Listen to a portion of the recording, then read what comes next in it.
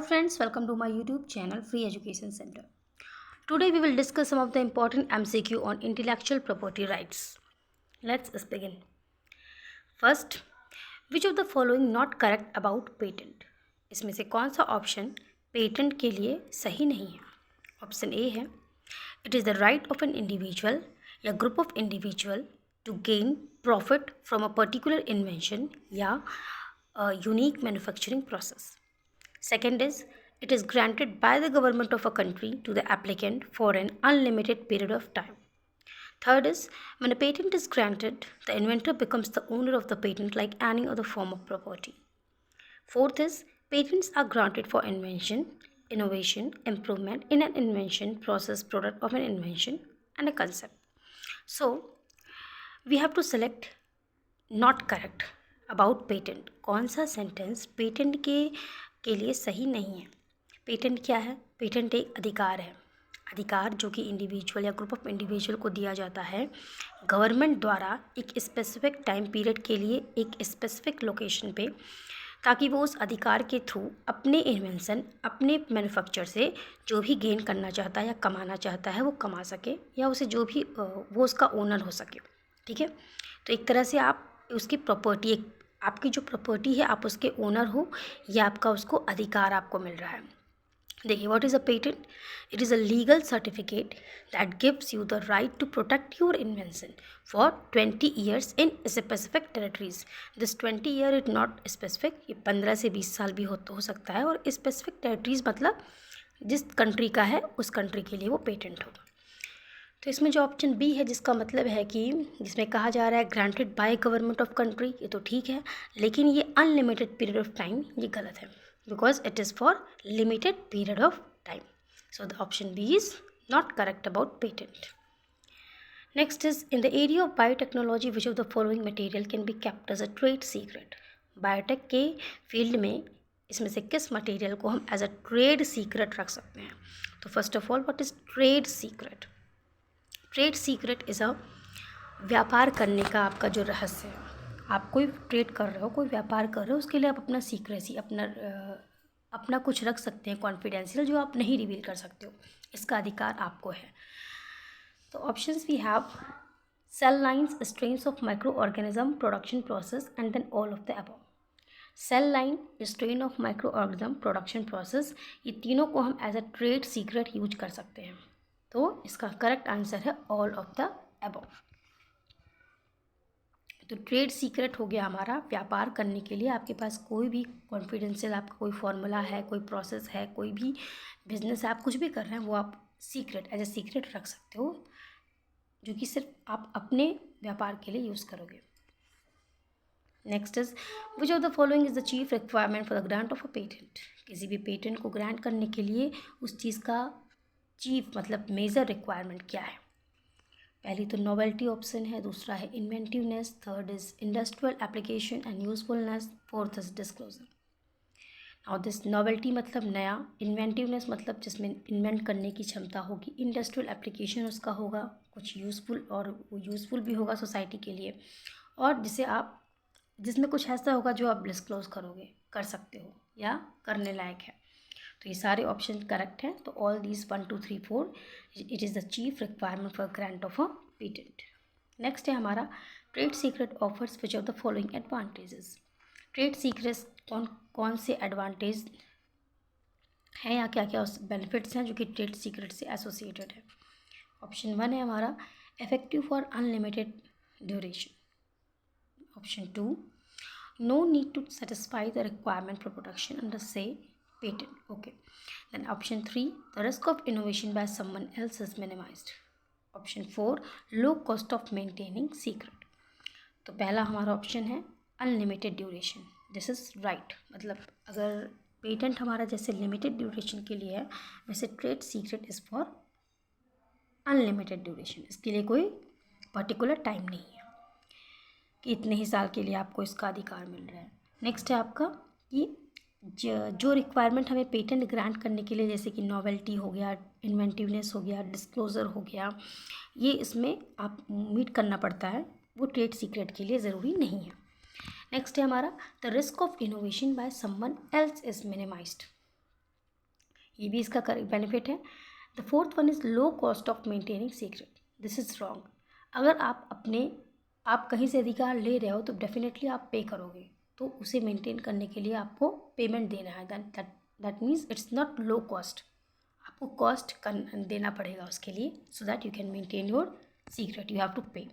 So option 4 is not right. और ये 1, 2, 3 आपके एडवांटेजेस हैं which is granted by a trade secret. Next is headquarter of national biodiversity authority is located at which of the following. तो national biodiversity associated 2003 में establish हुई थी। इसका एक एक्ट आया था जिसे हम बोलते हैं इंडियन बायोलॉजिकल डाइवर्सिटी एक्ट, जो कि 2002 में आया था। उसके बाद ये 2003 में इस्टेब्लिश की गई। इसका हेडक्वार्टर कहाँ है? तो ऑप्शन है new Delhi, Kolkata, Chennai, Hyderabad. Correct is Chennai, इसका हेडक्वार्टर है Chennai. Next geographical indication include which of the following. तो जियोग्राफिकल इंडिकेशन क्या है? जियोग्राफिकल इंडिकेशन होता है एक पर्टिकुलर एरिया, एक पर्टिकुलर जियोग्राफी को इंडिकेट करती हुई कोई चीज़, कोई मटेरियल जो पर्टिकुलर वहीं पे है, उसकी स्पेशलिटी वहीं पे पाई जाती है। जैसे कि बिहार में मधुबनी पेंटिंग हो गई, ठीक है। जैसे ये जो आपकी ये नागा मिर्च है, ये नागालैंड की है। तो एक पर्टिकुलर जियोग्राफी को वो इंडिकेट करेगी वो चीज़। जैसे बनारस की बनारसी साड़ी हो गई। तो जैसे कि लखनऊ में हमारा चिकन होता है, लखनऊ के चिकन कपड़े होते हैं। तो ऑप्शंस दिए हैं natural product, agriculture goods, goods of handicraft. तो ये तीनों आपके जितने भी 1, 2, 3 ये तीनों ही जियोग्राफिकल इंडिकेशन में होने चाहिए, में हो सकते हैं। So answer is all of the above. Next is which of the following is an example of geographical indication. तो ऑप्शंस दिए हमारे पास champagne wine, Darjeeling tea, California wine. Champagne wine, Darjeeling tea आपकी आसाम की हो गई, California wine California, champagne wine champagne area की है। तो पर्टिकुलर ये क्या हो जाएगा? ये एग्रीकल्चर गुड हो गया इसमें आपका एक तो, और नेचुरल प्रोडक्ट, दो चीज़ें। तो ये तीनों क्या है आपके जियोग्राफिकल इंडिकेशन के एग्जाम्पल है। Now where is headquarter of PPV and FR। What is PPV FR? ये आपका protection of plant variety and farmers right act. अब ये जो एक्ट आया था, इसकी जो अथॉरिटी है, जो इसकी अधिकारी हैं, उनके हेडक्वार्टर कहाँ है? तो ऑप्शन आपके पास है Chennai, Kolkata, Hyderabad, new Delhi. The correct answer is new Delhi. Next is which of the following biotech related matters can be patented. कौन सी ये बायोटेक से रिलेटेड चीज़ें हैं जिन्हें आप पेटेंट कर सकते हो? ऑप्शन ए हमारा है मेथड या प्रोसेस प्रोडक्शन का, ऑप्शन बी है प्रोडक्ट, ऑप्शन 3 है एप्लीकेशन ऑफ वेरियस प्रोसेस। तो जब हमने पेटेंट चैप्टर पढ़ा था, उसमें हमने पढ़ा था कि पेटेंट हम किसी भी मेथड के लिए, किसी प्रोसेस के लिए, किसी प्रोडक्ट के लिए, या उसके कोई नए एप्लीकेशन के लिए दे सकते हैं। तो ये तीनों all of the above correct answer होगा। नेक्स्ट है हमारा विच of the following can not be patented. कौन सा,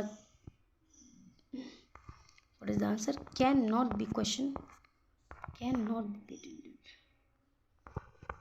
विच of the following can not be patented? I think the options are not right here, because this is the this question. So we'll come to next question. PPV and FR Act allows registration of which of the following। मतलब PPV FR act में किसका registration हो सकता है? तो farmers की variety का, extent varieties का, और नई वैरायटीज़ का। All of the above is correct answer. Next is IPR is recognize by government only as long as it is not. तो इट इज़ नॉट क्या होगा? यूज़फुल तो होना ही है। It is not detrimental to society, मतलब society को harmful ना हो। यूज़फुल तो होना ही है, नॉवल तो होना ही है। ए और सी इज़ करेक्ट। डेट्रीमेंटल मतलब हार्मफुल ना हो, तो it is not harmful to society. Trade secret behind Coca Cola, कि कोका कोला के बिहाइंड जो ट्रेड सीक्रेट है वो क्या होगा?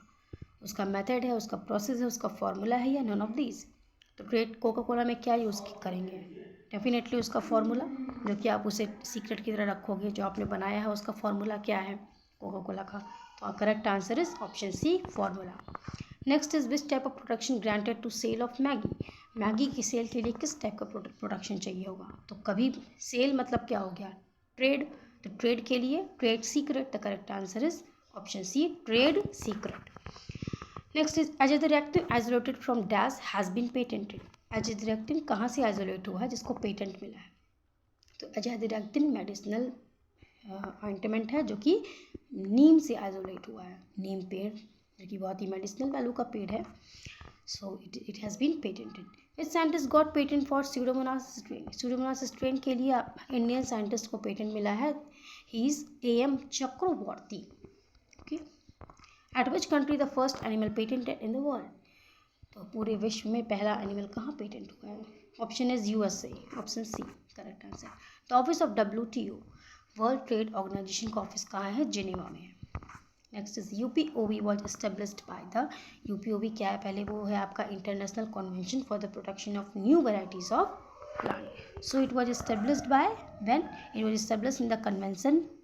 एक संधि जो कि अडॉप्ट हुई थी कहाँ? पेरिस में 1961 में. Which was again revised in 1972, 78 and 91.